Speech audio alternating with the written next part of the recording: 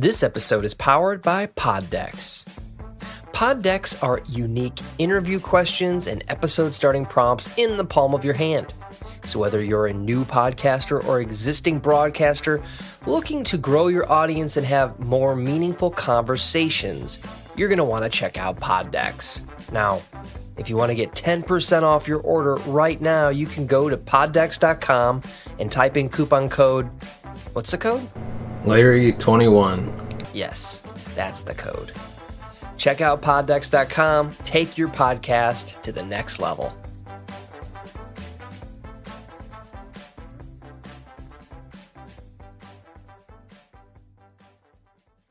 Welcome to the Cinema Gold Show. I'm your host, Larry Leese. Today we're diving into the latest box office news, movie news, and streaming news from around the industry. Welcome to the Cinema Gold Show. I'm your host, Larry Leese. Today we're diving into the latest streaming news from around the industry. First, we'd like to thank our sponsor, Poddex, for sponsoring this episode. Check them out today at poddex.com and use the promo code Larry21 for 10% off your order.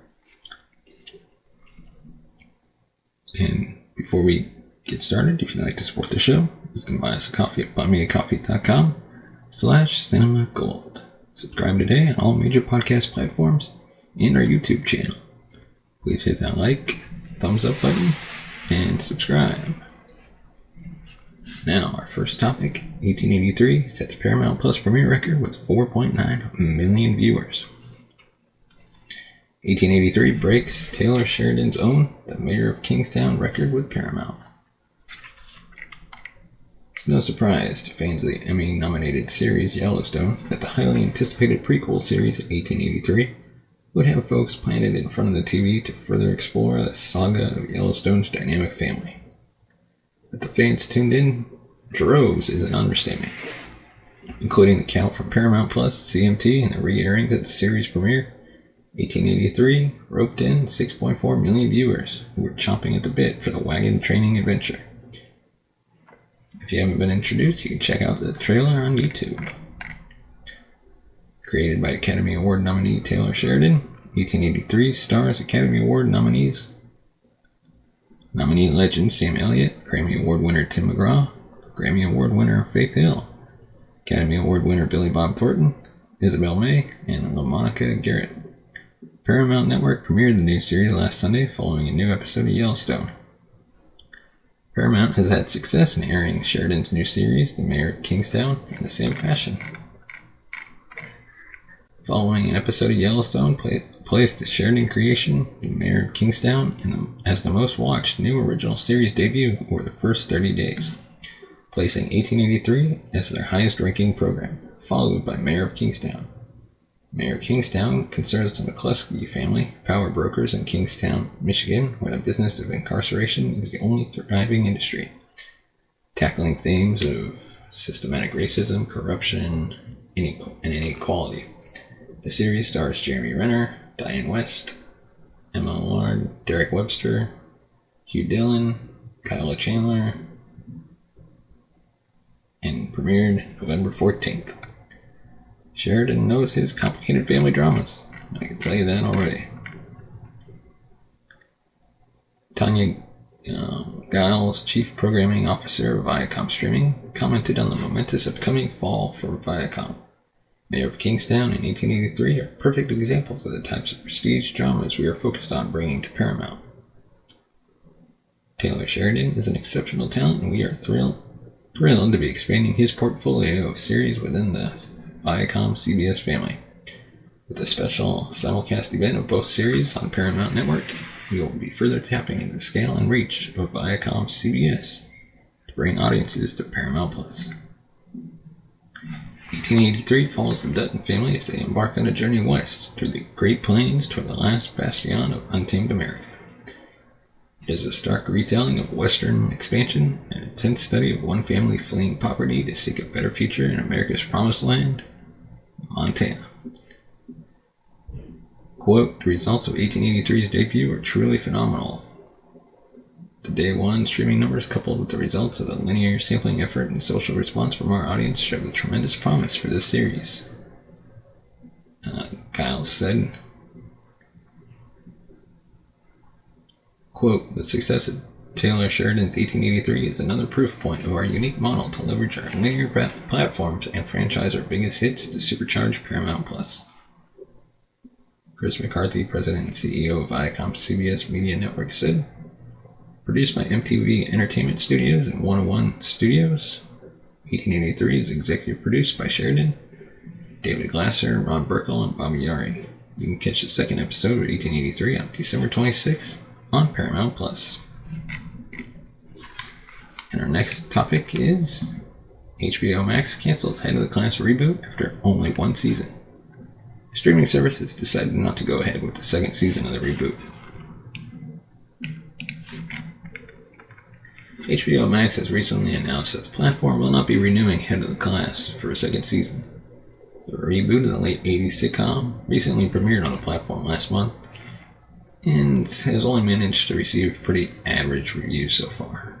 It's currently 67% on Rotten Tomatoes. Warner Brothers had released 10 episodes of the multi-camera series on November 4th, and HBO Max spoke with Deadline saying, quote, "We will not be moving forward with the second season of Head of the Class. We were grateful to work with Bill Lawrence, producer, Amy Poca, executive producer and showrunner, and Seth Cohen, showrunner, to bring back such an iconic series, and we thank them and the terrific cast for their hard work and dedication."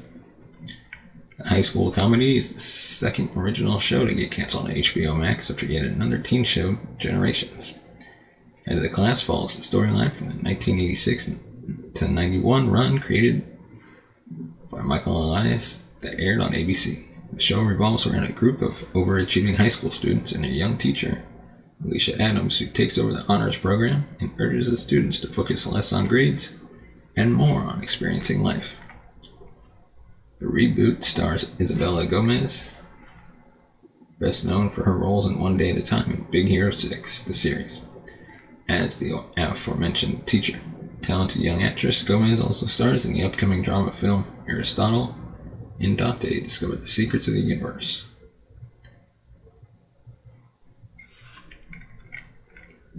Head of the Class was executive produced by Bill Lawrence, Amy Poca, and Seth Cohen, along with Jeff Ingold,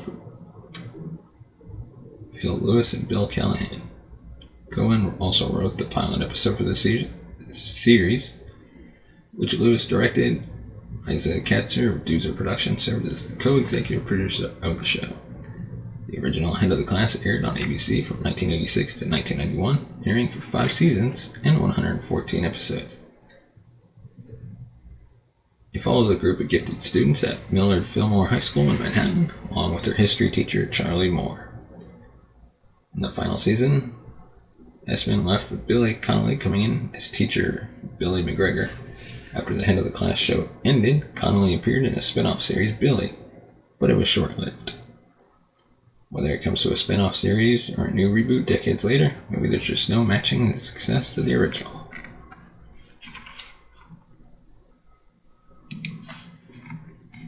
And now, we turn to HBO Max again and dive in as James Gunn explains why Peacemaker HBO Max will only be 8 episodes. HBO's upcoming Peacemaker series starring John Cena won't be long, lasting only 8 episodes in its first season. The reason behind that is quite simple and practical. In a Q&A session the director hosted on Twitter, Gunn was asked why they had only gone with 8 episodes, instead of something like 13 or 24 for more traditional network shows. Gunn said that it came down to 8 episodes just being how many episodes it took him to tell a story. Although practically his involvement in the upcoming Guardians of the Galaxy Volume 3 also played a part. Quote, "I wrote the whole series in 2 months during COVID," Gunn said in his answer. "The first season is one complete story, and 8 episodes was simply how long it took me to tell it. Practically, I also had to finish the series before Guardians of the Galaxy Volume 3 took over my life, so I couldn't make it too long." Beyond the WWE legend in the lead role, Peacemaker will also feature Steve Agee, Daniel Brooks, Robert Patrick, Jennifer Holland, Mike Cena. Both Agee and Holland's characters have also appeared in the Suicide Squad film. Based on the characters from DC, the 8-episode first season of Peacemaker is written and created by James Gunn, who directed multiple episodes. Executive producers are Gunn, Cena, Peter Safran, and Matt Miller.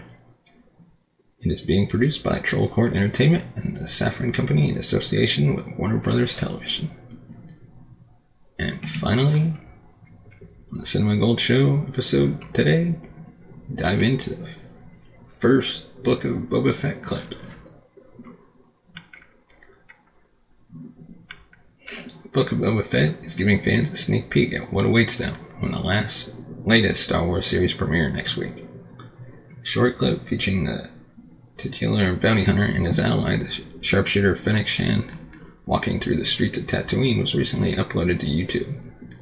Though less than a minute long, the video still details the bounty hunter's plan for his new criminal empire, with Boba Fett declaring that rather than relying on fear, as Jabba the Hutt did, I intend to rule with respect.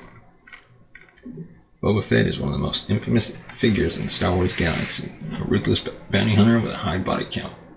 While he calls himself the son of the prequel trilogy's Jango Fett, he is actually a genetic clone of Jango who served as the DNA donor for the Republic's army of clones. After his father died in the outbreak of the Clone Wars, Boba took on his mantle and his Mandalorian armor, becoming one of the most feared characters in the series. The bounty hunter was thought to have perished during the events of the original trilogy's Return of the Jedi, where he was knocked into the Sarlacc pit by a recently unfrozen Han Solo. Most fans thought he was canonically dead until Season 2 of The Mandalorian revealed that Boba Fett had survived.